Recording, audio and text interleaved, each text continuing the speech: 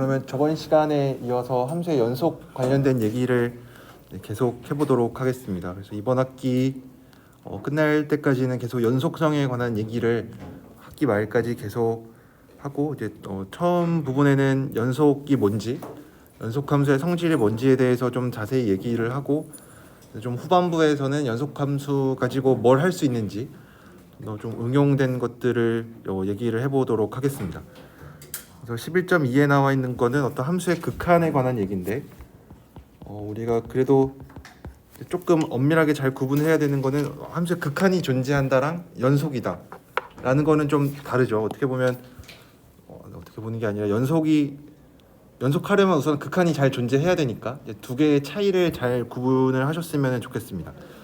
그래서 어떤 함수가 어떤 x0라는 어떤 점에서 연속이어야 된다라는 얘기는 가장 먼저 x0 근처가 아니라 x0에서 잘 정의가 되어 있어야만 합니다.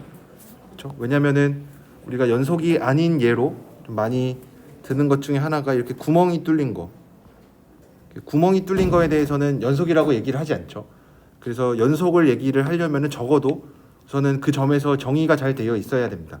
그러니까 정의가 되어 있다라는 얘기는 함수값이 존재해야 된다라는 뜻이니까 어쨌든 함수값이 x0에서의 함수값이 잘 존재해야 됩니다. 근데 만약에 극한을 생각을 한다고 하면은, 그러니까 연속이려면, 그러니까 적어도 연속을 얘기하려면은 어떤 x0에서 함수값이 잘 존재해야 됩니다. 근데 만약에 극한만 얘기를 한다고 하면은 x0에서의 함수값이 굳이 존재할 필요는 없습니다. 여기 나와 있는 예제가 잘 보여주고 있는데, 요거를 생각을 하면은 당연히 fx0는 값이 없지만, fx0는 존재하지 않지만 우리가 충분히 극한값은 잘 얘기할 수가 있습니다. 그렇지만 극한값은 얘기할 수가 있습니다.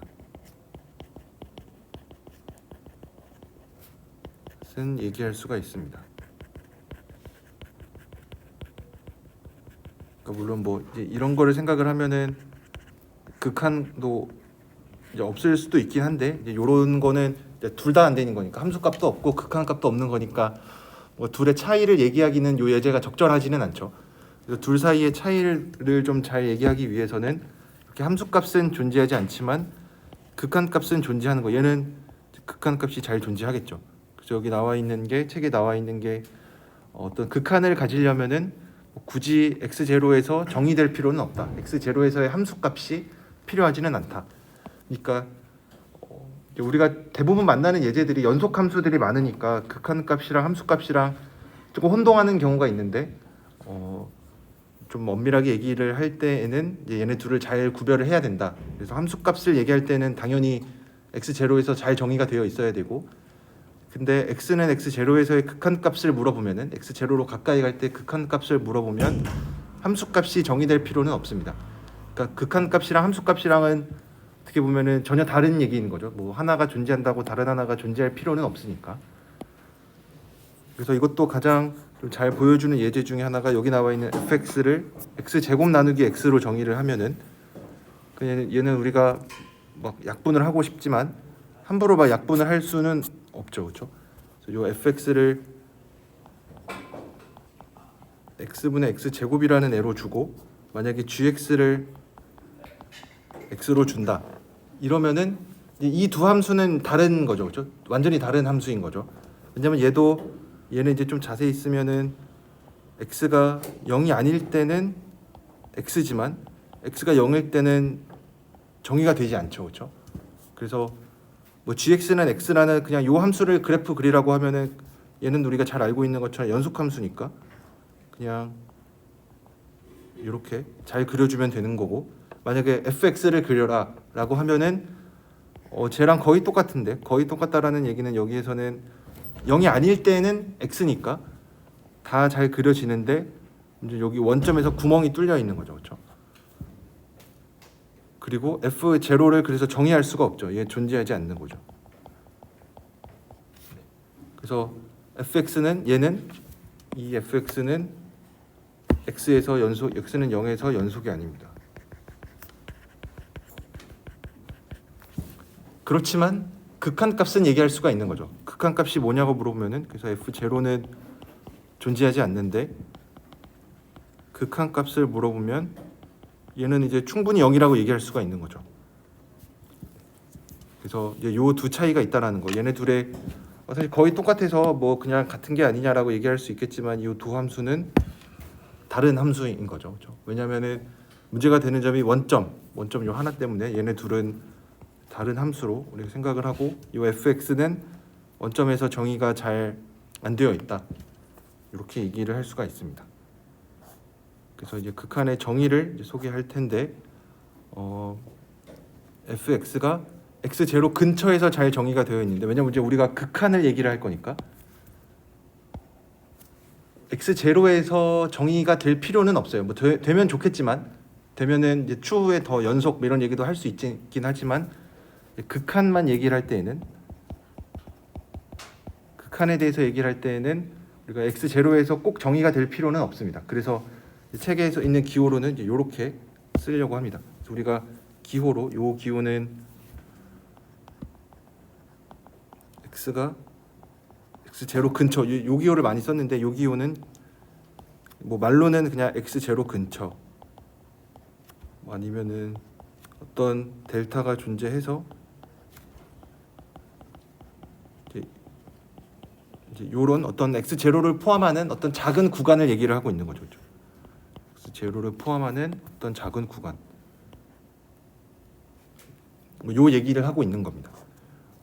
그래서 이제 요거랑 비슷하게 우리가 극한을 얘기를 할 때는 굳이 x0에서, 왜냐하면 이렇게 이 구간을 얘기하는 순간 x0는 당연히 포함되어 있죠. 그렇죠? 요 구간을 얘기를 하는 순간 얘는 당연히 x0를 포함하고 있죠. 그래서 요거는 이렇게 쓴다는 얘기는 x0는 포함한다는 얘기고, x0 포함하고 있다라는 얘기고, 근데 우리가 이제 이런 기호를 쓴다고 하면은 x가 x0의 근처에 있는데 x0는 빠진 거, 그러니까 빠졌다라고 얘기하기는 좀 그렇고, 여기서도 좀 모호하게 얘기하고 있는데 빠질 수도 있고 안 빠질 수도 있고, 그러니까 굳이 포함하지 않아도 되는 거. 그러니까 얘는 상황에 따라서 이렇게 저 위에 있는 것처럼 이거를 얘기를 할 수도 있고, 아니면은 요 근처긴 한데 x가 x0가 빠진 거, 뭐 이거 둘 중에 하나를 얘기하는 겁니다. 그래서 이거나 요거. 그래서 뭐 집합으로 얘기를 한다면 저 위에 있는 거는 x를 다 모아놓은 건데, 어떤 x냐면 그냥 요것들을 다 모아놓은 거, 혹은 x를 다 모아놓은 건데 요거를 만족하지만 x가 x0는 아닌 거, 좀 모호하게 이렇게 표현을 했습니다. 그래서 x0를 굳이 포함 안 해도 되는 거, 포함해도 되고 안 해도 되고, 근데 좀 더 연속이랑 좀 더 구별을 하기 위해서는 마음속으로는 x0일 때는 구멍이 뚫린 요 상황을 생각을 하는 게 좋겠죠. 물론 x0가 포함돼도 상관은 없지만, 포함을 안 해도 되는 경우에도 극한은 정의를 할 수가 있으니까, 뭐 그러면은 뭐 굳이 정의가 되는 거를 생각하기보다는 정의가 안 되어 있는 경우를 생각하는 게 더 도움이 되겠죠. 더 잘 설명하는 예제가 이제 이런 경우니까, 했던 것처럼 이렇게 구멍이 뚫린 거니까, 그러니까 마음속으로는 극한을 생각할 때는 좀 구멍을 뚫린 경우도 얘기를 할 수 있구나. 그래서 x0일 때는 포함을 안 해도 되는구나. 그래서 여기서도 fx가 어떤 x0로 가까이 갈 때 극한 L로 간다라고 하는 얘기는 이제 연속에서 이제 극한 정의했었던 것처럼 어떤 주어진 엡실론에 대해서 fx랑 L과의 차이를 내가 원하는 만큼 줄일 수가 있는데, 언제 어떤 x에 대해서 내가 이렇게 줄일 수 있냐면 x0 근처에 있을 때. 근처에 있다라는 얘기는 이제 좀 더 자세히 얘기를 하면은 이렇게, 좀 기호가 잘 표시가 안 됐는데, x0 근처인데 x0에서는 언급을 하지 않아도 되는, x0는 빠진 곳에서도 그 극한을 얘기를 할 수가 있다. 그래서 우리가 아까도 이런 거를 얘기를 했었는데, x가 0으로 갈 때 x분의 x제곱이 얼마냐라고 물어보면은 고등학교 때 어떻게 했었냐면 x는 0이 아니니까 이런 얘기를 하면서 나눴었죠. 이렇게 나눠서 약분을 해서 0으로 갈 때 x니까 0이다 이렇게 얘기를 했었죠. 그래서 우리가 예전에도 어떻게 했었냐면 x가 0이 아니니까 이렇게 나눴었죠. 그래서 x가 0이 아니다라고 할 수 있는 이유는 이제 극한을 얘기를 할 때는 이제 원점 빠진 곳에서 얘기를 해도 되니까 하니까 이렇게 나눈다는 걸 할 수가 있었고, 이게 나눈다는 거의 의미가 원점은 빠진 이렇게 이러한 상황에서 얘기를 하고 있는 거니까 우리가 극한을 얘기를 할 때에는 그 점은 없어도 된다. 그 점에서의 정보는 필요하지 않다. 있어도 되고 없어도 되고. 그래서 이런 경우에는 우리가 극한 기호로 뭐 이렇게 쓰는 거 잘 알고 있죠, 그렇죠? 네. 그래서 뭐 연속해서 했던 얘기랑 다른 점이 있다면은 그냥 그 점에서만 얘기를 안 하고 있는 겁니다. 그냥 극한을 얘기를 할 때에는 이제 그 점에서의 정보는 중요하지 않으니까. 그냥 그 근처에서 얘가 어디로 가까이 가는지가 중요하지 진짜로 거기에서의 값이 얼마인지 중요한 건 아니니까.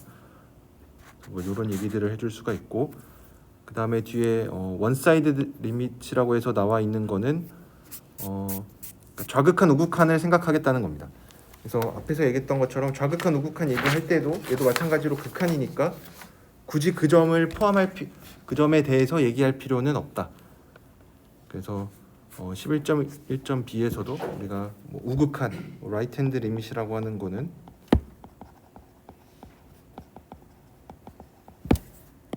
얘는 얘 오른쪽에서만 올 건데, 그래서 기호로는 고등학교 때 썼던 기호 그대로 우극한 이렇게 플러스 기호를 쓰고, 우극한이 L이다 라고 하는 얘기는 마찬가지로 이거에 대해서 fx랑 L과의 차이가 엡실론보다 작은데, 이거 차이를 내가 원하는 만큼 줄일 수가 있는데 언제 그러냐면은 기호로는 뭐 이렇게 썼습니다. 이렇게 썼는데 이 얘기는 요렇게 쓰는 기호는 x가 x0 큰 쪽에서만 생각을 하겠다. 근데 x0는 이렇게 하면은 포함은 안 되어 있는 거니까 x0를 기준으로 x0 플러스 델타에서 이쪽 구간만 얘는 다 안 되어 있는 여기만 생각을 하겠다. 그럼 마찬가지로 좌극한도 똑같이 x0에서의 값은 중요하지 않으니까 이 좌극한에 대해서도 똑같은 얘기를 해줄 수가 있습니다. 그래서 뭐 기호는 우리가 예전에 고등학교 때 많이 썼던 기호니까 이거를 그대로 사용을 하고 있습니다. 그러면은 이제 좌극한, 우극한을 따로 생각을 하는 이유는 이제 우리가 극한이 존재한다라는 얘기를 고등학교 때 어떻게 했었냐면 좌극한, 우극한이 다 존재하고 걔네가 같을 때 극한이 존재한다라는 얘기를 했었죠. 그래서 여기서도 똑같이 티오렘 1.2에서는 어떤 이런 극한이 존재한다라는 얘기는 좌극한이 존재하고 우극한이 존재하고 얘네 두 개가 서로 같을 때 극한이 존재한다라고 하고, 그때는 뭐 당연히 이 세 개의 극한 값이 전부 다 같겠죠. 그래서 뭐 좌극한, 우극한에 대한 얘기는 뭐 우리가 잘 알고 있으니까 괜찮은데, 이제 우리가 지금은 일변수 함수에 대해서 얘기를 하고 있지만 아마 여러분들이 미적분학 시간에 다변수 함수의 극한에 대해서도 배우신 적이 있을 겁니다. 그래서 그때도 뭔가 이제 근처로 가까이 갈 때 이런 얘기들을 많이 했었는데, 여기에서 좌극한, 우극한만 따지면 되는 이유가 뭐냐면 어쨌든 우리가 x0 근처에서 얘가 어떻게 되는지 보고 싶어요. x0 딱 그 지점에서는 관심 없고 얘네 근처에서 자기 자신 뺀 거에서 근처에서의 어떤 함수의 뭐 연속성 이런 걸 얘기를 하고 싶은데 뭐 함수의 그래프가 이렇게 생겼고, 그러면 x0 근처로 가까이 가고 싶으니까 x0 기준에서 보면은 얘 근처가 어디냐라고 물어보면은 왼쪽 오른쪽에서 오는 거밖에 없어요. 어디 뭐 다른 방법이 없죠. 뭐 올 때 계속 뭐 이렇게 왔다 갔다 하면서도 올 수 있긴 하겠지만, 여기서도 이렇게 왔다 갔다 하면서 올 수도 있겠지만 어쨌든 근본적으로는 왼쪽에서 오는 거 오른쪽에서 오는 거 하나밖에 없는데, 1차원에서는 이제 왼쪽 오른쪽밖에 없는데 2차원 같은 데서 생각을 한다. 그래서 만약에 우리가 다변수에 대해서는 뭐 저희가 지금 다루는 거는 아니지만 그래도 그래서 만약에 원점으로 오는데 이제 2차원에서 원점으로 오는 경우를 생각해 보면 이제 훨씬 복잡해집니다. 왜냐하면 얘가 어떤 좌표 평면 위에서 또 원점으로 가는데 가는 방향이 엄청 많아요. 그래서 뭐 많이 보셨던 것처럼 이렇게 x축을 따라서 올 수도 있고, 뭐 y축을 따라서 올 수도 있고, 아니면은 뭐 여러분들이 뭐 극한 존재하지 않는다 뭐 이런 거 할 때 막 갑자기 y는 x라는 직선을 따라서 오기도 하고 뭐 그랬었죠. 그래서 이변수 함수에서는 원점으로 가는 방향이, 그러니까 어디 극한을 생각할 때 해당 점으로 가는 방법이 되게 많습니다. 그러니까 뭐 사실상 무수히 많은 거죠. 왜냐면은 y는 x제곱이라는 어떤 곡선을 따라갈 수도 있고, 뭐 원점을 어떤 특정한 점으로 가는 방법은 되게 많으니까. 그래서 아마 여러분들 극한이 존재한다 이런 거 증명을 할 때 일변수 함수에서처럼 막 좌극한 우극한이 존재하니까 극한값이 존재한다 이런 얘기를 하지 않았을 거예요. 그때는 뭐 부등식 같은 거 이용해서 증명을 했었죠. 그래서 일변수 함수일 때는 왜 좌극한 우극한만 따져도 되고, 이변수 함수 같은 다변수 함수에서는 왜 그런 좌극한 우극한 같은 거를 따져서 극한을 증명하지 않았는지 뭐 이런 차이가 있습니다. 뭐 이런 얘기들을 해줄 수가 있고, 그 다음에 뭐 11.2.c에서는 우리가 지금까지는 어떤 특정한 점으로 가까이 갈 때, x가 어떤 a라는 실수로 가까이 갈 때 극한에 대해서 얘기를 했었는데, 이제 x가 무한대로 가는 경우에 대해서 극한을 어떻게 정의할 거냐면은 달라지는 점은 요거밖에 없죠, 그렇죠? x가 아까와의 차이가 뭐냐면, 아까는 얘가 x 제로로 가까이 가는 거였고, 지금은 x가 무한대로 가까이 가는 거니까 이제 요때는 어떻게 얘기를 했었냐면은 x 제로 근처에 라고 해서 이런 얘기들을 했었죠. 이거인데 x는 x 제로일 때 빠져 있는 거를 생각을 했었고, 그럼 무한대에서도 똑같은 얘기를 해주고 싶으니까 이제 아무 생각 없이 그냥 무한대 근처라고 얘기를 해주면 되겠죠. 그래서 fx랑 l과의 차이가 엡실론보다 작은데 언제 그러냐면 무한대 근처에서. 근데 무한대 근처라는 얘기도 우리가 뭐 이렇게 써보면은 뭐 이렇게 쓰는 게 사실 말이 안 되긴 하지만, 이제 이렇게 써놓고 나서 이제 얘를 이해하려고 보니까 뭐 무한대에다가 무한대 더한 거 정도는 얘도 여전히 무한대일 거고, 그러니까 x가 무한대에서 조금 뺀 것도 엄청 큰 뭐 숫자라고 얘기하기는 좀 그렇지만 얘도 엄청 큰 거니까 뭐 요 얘기는 x가 엄청 클 때 이런 얘기를 하는구나. 그래서 이제 무한대로 갈 때에는 fx와 l과의 차이를 내가 원하는 만큼 줄일 수 있는데 언제 이거를 해줄 수가 있냐면 x가 충분히 클 때.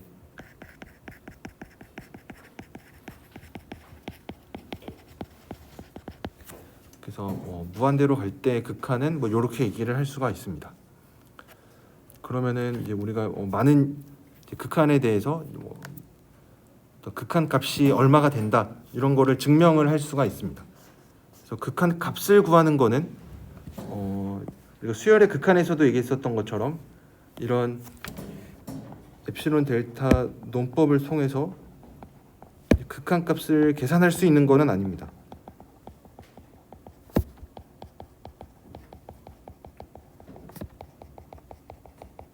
왜냐하면 극한값 계산은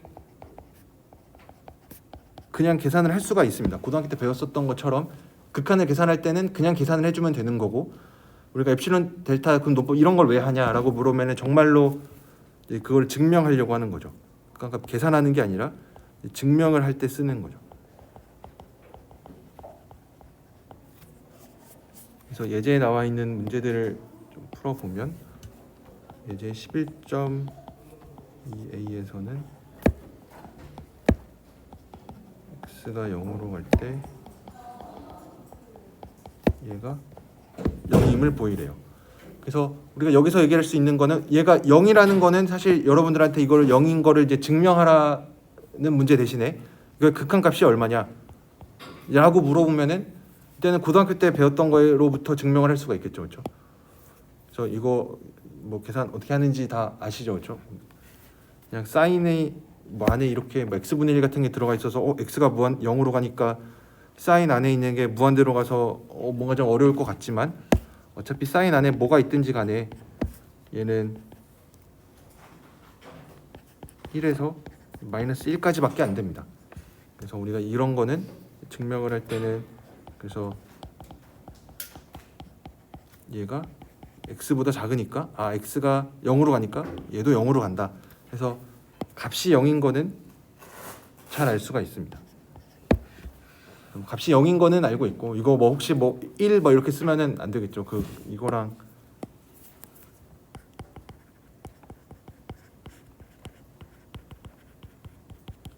이거랑은 다른 얘기죠, 그렇죠?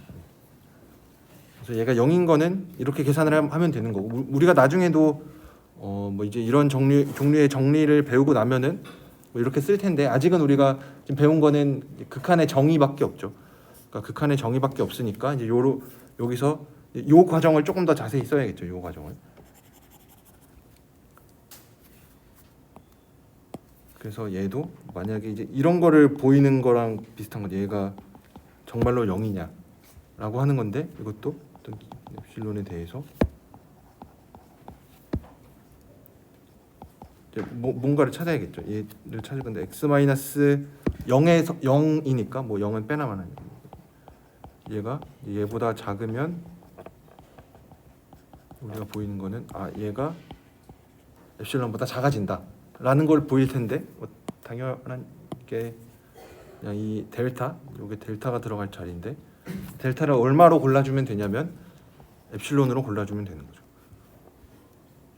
그래서 이제 쓸 때에는 어떤 엡실론이 주어질 때 우리가 만약에 델타를 이렇게 잡아주면 우리가 보여야 되는 거는 얘와 0과의 차이니까 0과의 차이가 엡실론보다 작은 걸 보이면 되는데 얘는 우선은 얘보다 작고 얘는 왜 요 부등식을 쓸 수가 있냐면은 사인 안에는 이제 뭐가 오든지 간에 1보다 작거나 같으니까 그래서 얘가 절대값 x보다 작은데 절대값 x는 우리가 엡실론보다 작다라고 그랬으니까 엡실론보다 작다. 그래서 x가 0 이것도 이렇게 쓰면 조금 x가 0과 충분히 가까이에 있으면 이 x 사인 x분의 1을 내가 충분히 줄일 수 있다. 얘도 조금 0과의 차이를 충분히 작게 줄일 수 있다. 이런 얘기를 해줄 수가 있습니다. 그렇게 얘기를 할 수가 있고 두 번째 예제에서는 x가 1에 왼쪽에서 올 때 10 x 제곱이 0인 걸 보이래요.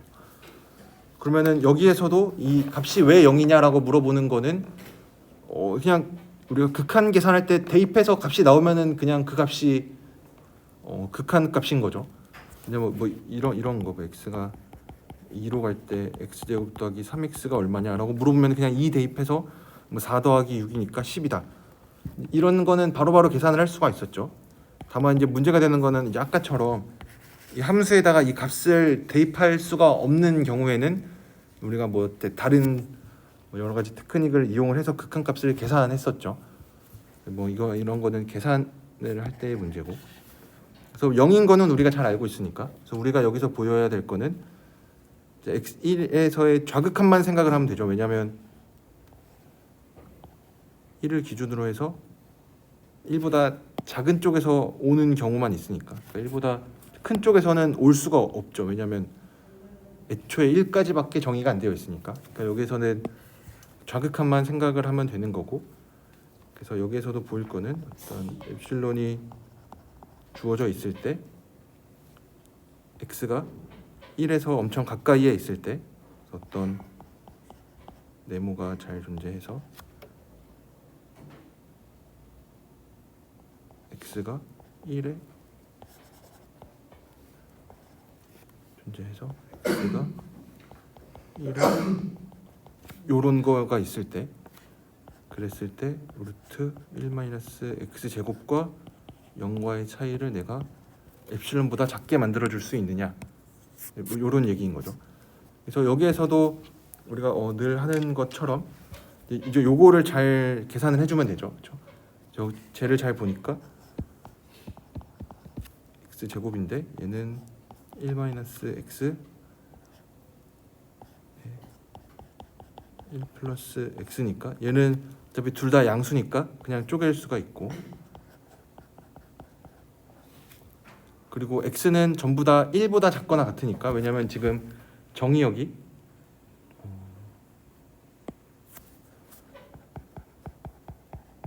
여기에서 얘기를 하고 있으니까 얘는 어쨌든 2보다 루트 2보다 작거나 같습니다. 루트 2에 루트 1-x가 됩니다. 그래서 그럼 이제 우리가 해야 될 거는 얘가 엡실론보다 작아지게끔 해주면 되겠죠. 얘가 엡실론보다 작아지는 게 언제냐 라고 하면은 이제 요거를 양변을 제곱하면은 얘가 되고, 이 얘기는 1-x가 2분의 엡실론보다 작은 거고, 그래서 얘는 1-2분의 엡실론 제곱이 x일 때, 그래서 요때니까 그러면은 내가 엡실론을, 이 델타를 어떻게 잡아줘야 되냐, 요 네모에 해당하는 자리는 자연스럽게 얘로 골라주면 되겠죠. 그래서 이 델타가 이렇게 있었는데, 그래서 델타는 그냥 2분의 엡실론 제곱으로 고르면 됩니다.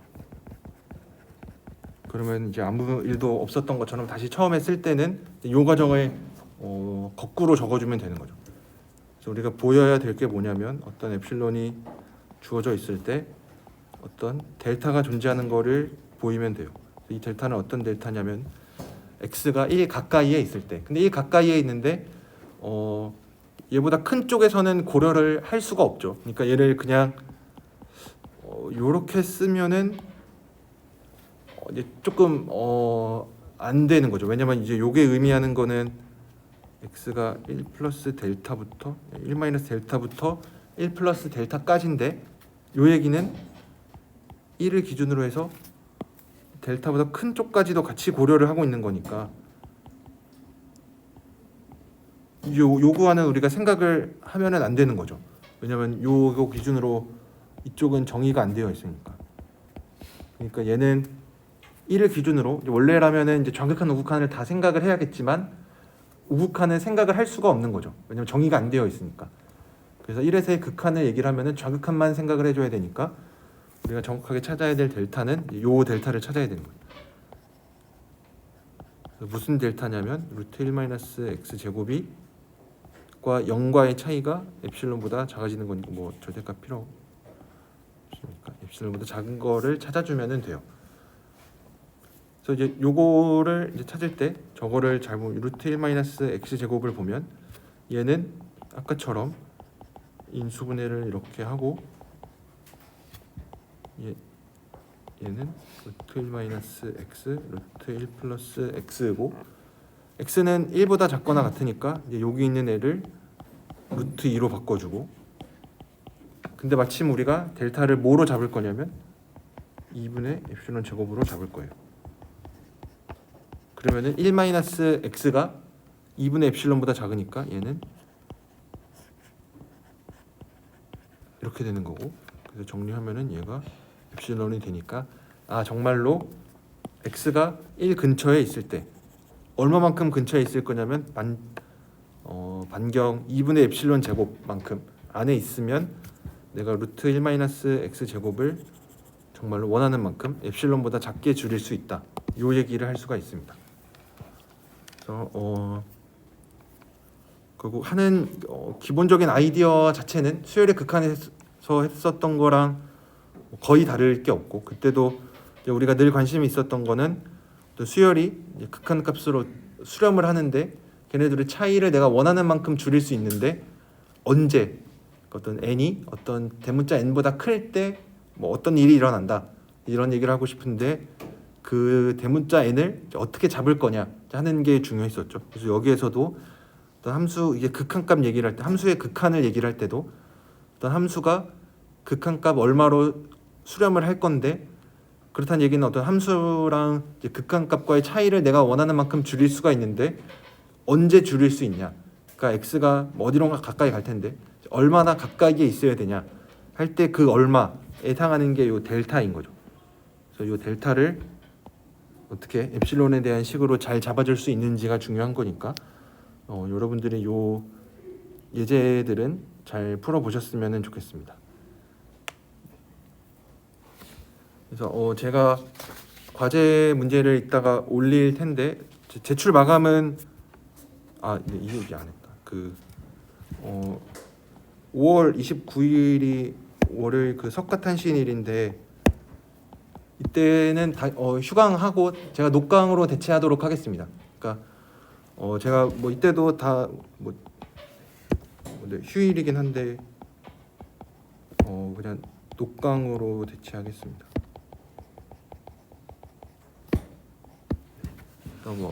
나올 필요는 없고 그냥 녹화해서 올린 거를 보시면 되고 출석도 그냥 다 출석 처리하도록 하겠습니다. 대신에 그 전까지는 꼭 보셔야겠죠. 5월 31일 수요일 수업 전에는 보셔야 되니까 그 전까지는 꼭 보셨으면 좋겠습니다. 아마 시험 전이니까 진도를 좀 나가고 문제를 풀 수도 있겠죠. 그러니까 녹강 대체하니까 그 다음에 제가 세 번째 과제도 업로드 할 텐데 아마 5월 13일 일요일까지로 제가 14일 일요일까지 해서는 5월 14일 일요일까지 범위는 8장부터 이제 11장에 해당하는 내용인데 8장 문제 하나랑 9장 문제 하나 있고 대체로 11장에 있는 문제들로 냈습니다. 어차피 다 책에 있는 연습 문제들이니까 11장에 있는 거 연습 문제를 잘 풀어보셨으면 좋겠습니다. 그래서 제가 이것도 모범 답안 예시랑 이거는 제가 채점을 해서 돌려드리도록 하겠습니다. 그 시험처럼 해서 돌려드리는 식으로 하겠습니다. 혹시 질문 있으신가요? 휴강만 휴일이어서 나와서 수업하기는 좀 그렇죠. 이거 대체 공휴일로 지정이 된 거니까 녹강으로 대체를 하도록 하고 세 번째 과제도 이때 나오고 네 번째 과제도 아마 이거는 시험 전까지 해서 하는 거니까 아마 시험 전주 금요일 정도까지 하지 않을까 싶습니다. 이거는 제가 추후에 다시 공지를 하도록 하겠습니다. 그래서 그 다음에 아마 다 아시고 계시는 것처럼 6월 3일이었나요? 기말고사가 6월 5일이구나. 6월 5일은 기말고사가 있고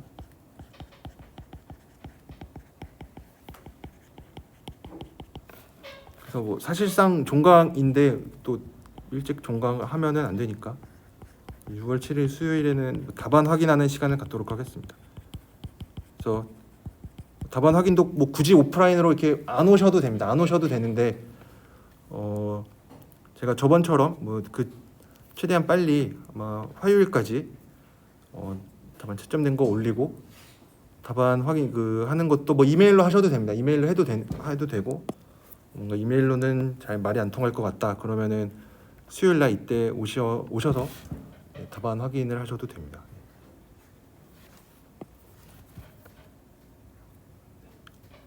혹시 질문이나 궁금한 거 있으신가요?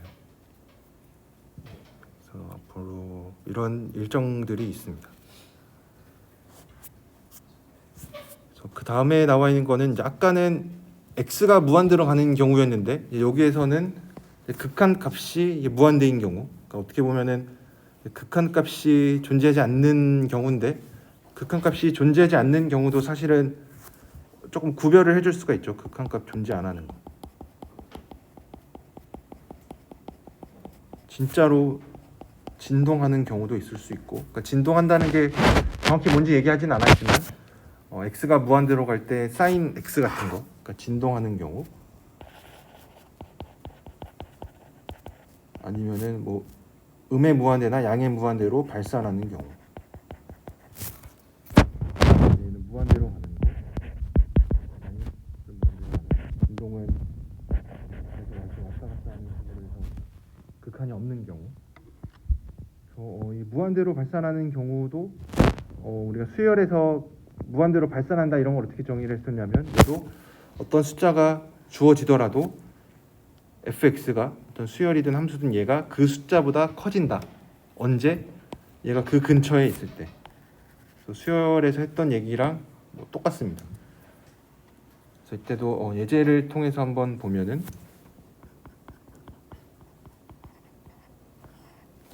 이 C에서는 C가 아니고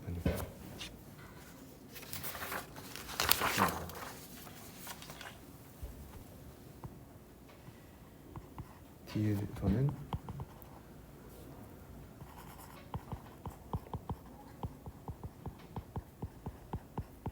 x분의 1이 무한대로 간다. 이런 얘기는 얘는 뭐 당연한 거니까, 또 x분의 1 그래프가 이렇게 생겼고 x 0을 기준으로 해서 오른쪽에서 오고 있으니까 얘는 뭐 무한대로 가겠죠. 자, 아마 그래서 여러분들 고등학교 때도 좀 조심을 했던 거는 뭐 그냥 이렇게 얘기를 하면은 좀 부족하죠. 안 되죠. 왜냐하면 x분의 1은 원점을 기준으로 해서 요 아래쪽에 그려지는 거를 생각을 하면은, 좌극한을 생각하면은 음한 무한대로 가니까 그냥 이렇게 하면은 안 되고 이런 것까지 적어줘야겠죠. 그래서 이제 왜 얘가 이렇게 되는지 이제 써보면은 우리가 보여야 될 게 뭐냐면, 어떤 숫자 b가 주어지더라도 fx가 b보다 크면 돼요. 그래서 언제? fx가 x분의 1인 거 아니까 x분의 1보다 크면 돼. 언제냐면은 x가 0 근처에 있을 때. 여기서는 우리가 우극한만 생각을 하고 있으니까 x가 뭐 어떤 이거보다 작을 때. 그래서 우리가 보여야 되는 거는 어떤 그 수열의 수렴한다, 뭐 극한값 존재한다라는 거 얘기했을 때는 엡실론을 썼는데, 여기에서는 이제 b라는 기호를 쓴 이유는 얘는 이제 충분히 큰 숫자들을 생각하는 거죠. 왜냐면은 우리가 뭐 가까이 간다 이런 거 얘기할 때는 두 숫자의 차이가 작으면 작을수록 좋은 거죠. 그래서 엡실론을 되게 작은 숫자라고 이제 마음속으로 생각했었던 것처럼, 여기에서는 얘가 발산하고 있으니까, 양의 무한대로 발산하고 있으니까 엄청 커진다는 게 뭐냐, 무한대로 간다는 게 뭐냐라고 물어보면은 뭐 어떤 숫자가 주어져 있더라도 걔는 그 내가 얘기한 숫자보다 더 커질 수 있다라는 거니까, b는 우리가 마음속으로는 큰 숫자를 생각을 하고 있는 거죠. 어떤 b라는 숫자가 주어져 있을 때 우리가 어떤 델타를 찾아야 되는데, 어떤 델타냐면 x가 걔보다 작으면 x분의 1이 b보다 커진다 라는 요 델타를 찾아주면 됩니다. 그래서 요 델타를 어떻게 찾을 거냐면, 우리가 늘 하던 것처럼 우변에 있는 요 결과식을 잘 조절을 해서 찾았었죠. 그래서 얘가 어떻게 생겼냐 보니까,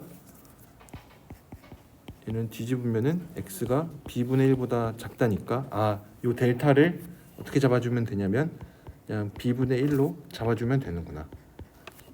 그래서 이제 쓸 때는 이제 아무것도 다시 요 b분의 1을 어떻게 찾았는지는 뭐 알려주지 않고, 그냥 어떤 b라는 큰 숫자가 주어져 있어도 내가 x가 b분의 1보다 어떤 델타가 존재하는데, 이 델타를 어떻게 잡을 거냐면 b분의 1로 잡을 거다.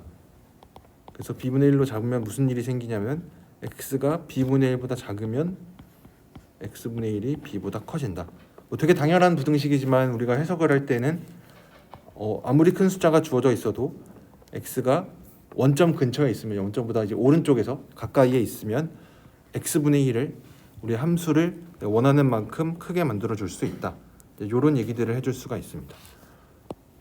그래서 이런 극한에 대한 얘기, 수열의 극한이랑 사실 뭐 다른 거는 많이 없죠, 그렇죠? 기본적으로 하는 얘기들은 똑같으니까. 다만 정의역에 대해서 조금 더 생각을 해줘야 되고 이제 함수 수열 대신에 함수를 다루고 있다라는 정도의 차이만 있습니다. 여기서 극한에 관한 얘기했었고 그러면 이제 그 다음에 나오는 거는 이제 극한에 관해서 여러 가지 정리들을 배울 텐데 우리가 수열에서도 뭐 이런 얘기들을 했으면 얘가 이런 에러라는 얘기를 했었는데 fx가 어떤 l로 가까이 간다 라는 거를 어떻게 이해를 할 수도 있냐면 fx와 l과의 차이, 그러니까 어떻게 보면은 뭐 오차라고 볼 수도 있는 거죠. 그래서 여기서도 에러라는 말을 썼는데 어떤 이 오차가 0으로 간다 뭐라고 이해를 할 수가 있습니다. 당연한 얘기죠, 그렇죠?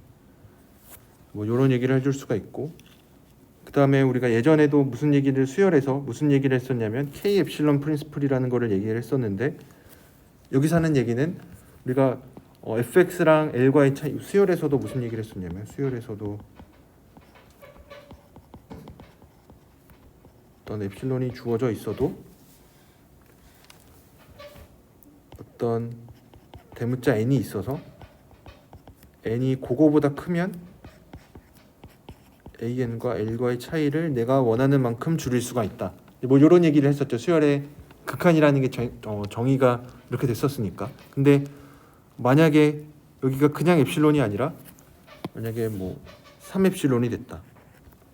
이거를 정의를 이렇게 바꿔도 아니면 내가 이러한 명제를 증명해도 여전히 수열의 극한을 얘기를 할 수 있는지, an이 l로 수렴할 수 있는지에 대해서 얘기를 하는 건데 상관이 없죠, 그렇죠? 여기를 이제 임의의 어떤 상수 엡실론. 그러니까 여기에서 이 k라고 하는 숫자는 그냥 진짜 숫자를 얘기하는 거죠. 어떤 뭐 n에 의존하지 않는 n이나 뭐 엡실론에 의존하지 않는 거여야 되는 거죠. 만약 k 엡실론 이렇게 써놓고 뭐 갑자기 k를 뭐 엡실론 제곱분의 1로 고르겠 아니 뭐 엡실론 분의 1로 고르겠다. 뭐 이렇게 해서 k 엡실론이 1이니까 그러면 얘가 1보다 작다가 되는데 이걸로는 수열의 극한을 얘기하기는 부족하죠, 그렇죠? 왜냐면 얘네 둘의 차이를 원하는 만큼 줄여야 되니까. 그래서 뭐 이러면 안 된다. 그래서 그냥 k라고 하는 숫자는 엡실론과 n에 의존하지 않는 거. 그래서 마찬가지로 함수의 극한에서도 똑같이 fx와 l과의 차이를 내가 원하는 만큼 줄일 수가 있는데 k만큼 곱해서 해도 상관이 없다. 대신에 k는 x나 어떤 엡실론에는 의존하지 않게끔 하는 걸로 고르면 상관이 없다. 여기가 뭐 2엡실론이 되든 100엡실론이 되든 뭐 아무 상관이 없다. 몇 배 해준 거는 뭐 극한에서 수열의 극한에서 했었던 것처럼 크게 중요하지 않다. 이런 얘기를 해줄 수가 있습니다. 뭐 이런 얘기도 해줄 수가 있었고, 그 다음에 이제 몇 가지 이제 사칙 연산에 대해서도 수열에서도 다 됐었으니까 함수라고 안 될 이유는 없습니다. 그래서 뭐 더해준 거, 뭐 제가 다 쓰지는 않을 텐데, 그러니까 수렴하면은 이제 첫 번째로 뭐 x가 x 제로로 가까이 갈 때, 그래서 x가 x 제로로 가까이 갈 때, 그러면 afx 더하기 bgx는 어디로 갈 거냐? 그러면은 al 더하기 bm으로 간다. 이런 것도 우리가 수열에서 했었던 얘기 똑같이 그대로 가지고 올 수가 있고, 두 번째로 곱한 것도 잘 된다. 곱한 것도 잘 할 수가 있다. 그리고 나눈 것도 해줄 수가 있는데 우리가 나누기 할 때는 뭐 이렇게 구차하게 쓰지는 않을 텐데 분모가 0 되는 거 빼고 는 우리가 이런 거를 잘 할 수가 있다. 이런 거는 뭐 책에 증명이 있는데 수열에서 했었던 얘기랑 뭐 거의 똑같은 얘기니까 요거는 넘어가도록 하겠습니다. 그래서 이런 사칙 연산들 우리가 뭐 더하고 빼고 곱하는 거 이런 거는 이제 잘 되는데 이제 다만 꼭 여기서도 당연하게 성립하는 게 극한이 존재할 때만 이런 얘기를 해줄 수가 있다.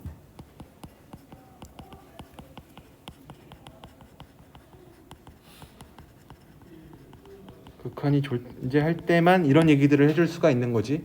극한이 존재하지 않는 경우에 대해서는 아무것도 알 수가 없는 거죠. 그냥 뭐 케이스 바이 케이스로 할 수밖에 없고. 그러니까 뭐 예를 들어서 뭐 극한이 존재하지 않으면 이런 등식이 성립하지 않는다라고 하는 명제도 틀린 명제인 거죠, 그렇죠? 극한이 존재하지 않더라도 뭐 이런 게 성립할 수도 있으니까 뭐 안 성립할 수도 있고 성립할 수도 있고. 그러니까 극한이 존재하지 않을 때는 우리가 알 수 있는 게 아무것도 없고, 다만 극한이 존재한다면 이런 자연스러운 계산들을 다 해줄 수가 있다. 이런 얘기를 하고 있습니다. 그래서 뭐 인피니트 티오렘이라고 해서 나와 있는 것도 뭐 그때 수열에서 했었던 얘기랑 뭐 거의 똑같으니까 여러분들 이 책에 있는 내용을 한번 잘 읽어 보셨으면 좋겠습니다. 그래서 뭐 리미트 티오렘도 넘어가도 되고, 이제 한 가지 요거는 그래도 얘기를 해줘야 되는데 해야 되는데 뭐 스퀴즈 티오렘이라고 해서 우리가 수열에 대해서도 이런 얘기들을 했었습니다. 뭐 아니면은 뭐 샌드위치 정리 뭐 이런 식으로 얘기를 했었는데, 여기서 얘기하고 있는 거는 어떤 세 개의 함수가 이런 대소 관계가 있고, 언제냐면 x0 근처에서 뭐 근처 뭐 이런 얘기를 하는 이유는 결국 극한을 얘기를 할 거니까. 그래서 제일 작은 게 L로 수렴하고 제일 큰 것도 L로 수렴하면 가운데 껴있는 것도 L로 수렴한다. 요 얘기를 할 수가 있는 건데, 이것도 뭐 간단하게 증명을 해보면 어쨌든 얘네들이 다 수렴한다라 그랬으니까 어떤 델타를 뭐 이렇게 얘기를 원이면 hx fx와 l과의 차이를 엡실론만큼 줄일 수가 있고, 델타 2가 존재했는데 얘는 hx가 뭐 이제 이런 것들이 다 존재합니다. 그렇죠? 왜냐하면 x는 x의 0일 땐 빼고 위에 쓴 거는 fx가 l로 가까이 간다라는 얘기고, fx의 극한이 l이라는 얘기인 거고, 밑에 있는 거는 hx의 극한이 이거란 얘기인데, 요거를 잘 얘네들을 이 절대값 기호로 쓴 거를 좀 풀어보면 얘는 이거인 거고, 얘는 요거인 거고. 그래서 우리가 얘네 둘 다 동시에 얘기해 주려면은 델타 1과 델타 2 중에 작은 걸 골라야 되는지 큰 걸 골라야 되는지, 우리가 얘네 둘을 다 얘기하고 싶으니까 교집합을 생각해야겠죠, 그렇죠? 그러니까 뭐 굳이 쓰자면은 요런 집합이랑 이런 집합을 생각을 할 건데, 이러면은 얘네 둘 중에 작은 거를 골라주면 되겠죠. 그러니까 얘는 왜냐면은 제로를 기준으로 하나는 예를 들어서 델타 1이 크고 델타 2가 작다라고 하면은 교집합에 해당하는 거는 작은 거죠, 그렇죠? 그래서 얘는 둘 중에 작은 거를 골라주면 됩니다. 그래서 우리가 무슨 얘기를 해줄 수가 있냐면, 이제 요거를 델타라고 이름을 새로 붙이면 어떤 델타가 있는데, 어떤 델타냐면 x0가 델타보다 작으면 우리가 gx를 얘기하고 싶은데, gx는 hx보다 작거나 같은데, 왜냐면 이런 대소관계가 항상 성립한다라 그랬으니까 hx는 l 플러스 엡실론보다 작고, 왜냐면 요거를 가지고 오는 거죠.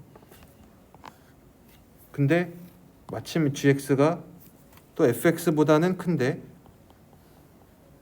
fx는 뭐보다 크냐면 l 마이너스 엡실론보다는 큽니다. 그래서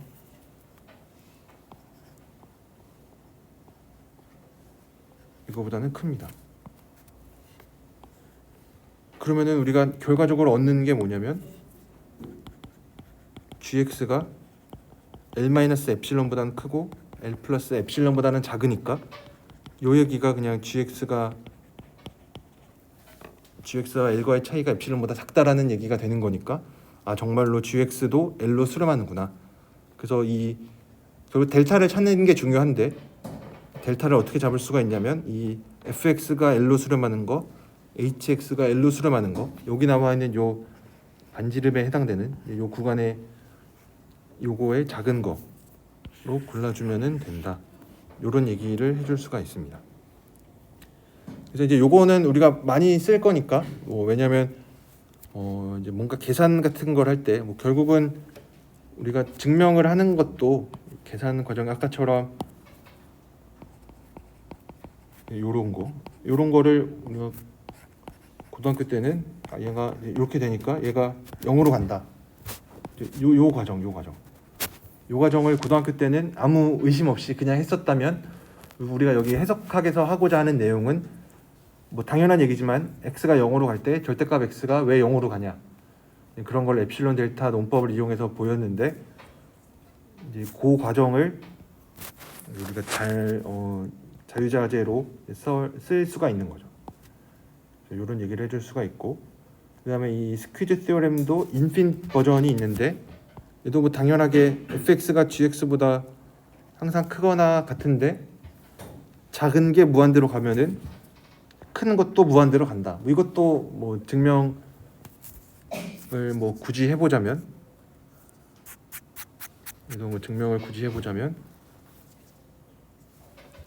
fx가 항상 gx보다 크고 gx가 이제 무한대로 가면은 x가 x0로 가까이 갈 때 그러면은 이제 무한대로 간다는 거를 정의를 이용을 하면은 어떤 b가 주어져 있어도 어떤 델타가 존재해서 x가 x0에 가까이에 있으면 gx를 내가 원하는 만큼 키울 수가 있다. 이 얘긴데 똑같은 얘기 이거를 한 줄만 더 쓰면 되죠. gx가 fx보다 작거나 같으니까 fx 입장에서는 fx는 gx보다 크거나 같고 b보다 크니까 결국 이 같은 델타에 대해서 fx가 b보다 크다도 얘기할 수가 있는 거죠. 그래서 여기서 이제 우리가 원하는 것만 골라서 읽어보면 어떤 b가 주어져 있어도 어떤 델타가 존재하는데 어떤 델타냐면 x가 x0 근처에 있을 때 fx를 내가 원하는 만큼 크게 만들어 줄 수 있다. 이 얘기가 결국은 fx가 무한대로 간다는 얘기인 거죠.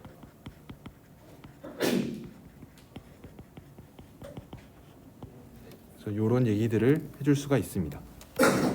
그래서 이 리밋 티오렘에 관한 얘기는 사실 여기에 있는 게 전부니까 여기에 있는 내용들은 여러분들이 수열에서 했었던 얘기랑 거의 대응되게 똑같은 얘기니까 잘 보셨으면 좋겠습니다. 그래서 이번 주가 보니까 수목이 축제된대요. 맞나요? 자각캠에서 하는 거. 여러분들도 가시나요? 가긴 좀 먼가요? 인사캠은 다음 주 목금이라고 하는데 혹시 만약에 수요일 월수에 있었으면은 제가 휴강을 하려고 했는데 목금에 있으니까 수업은 그냥 오늘처럼 조금 일찍 끝내는 정도로만 하도록 하겠습니다. 오늘은 여기까지 하도록 하겠습니다.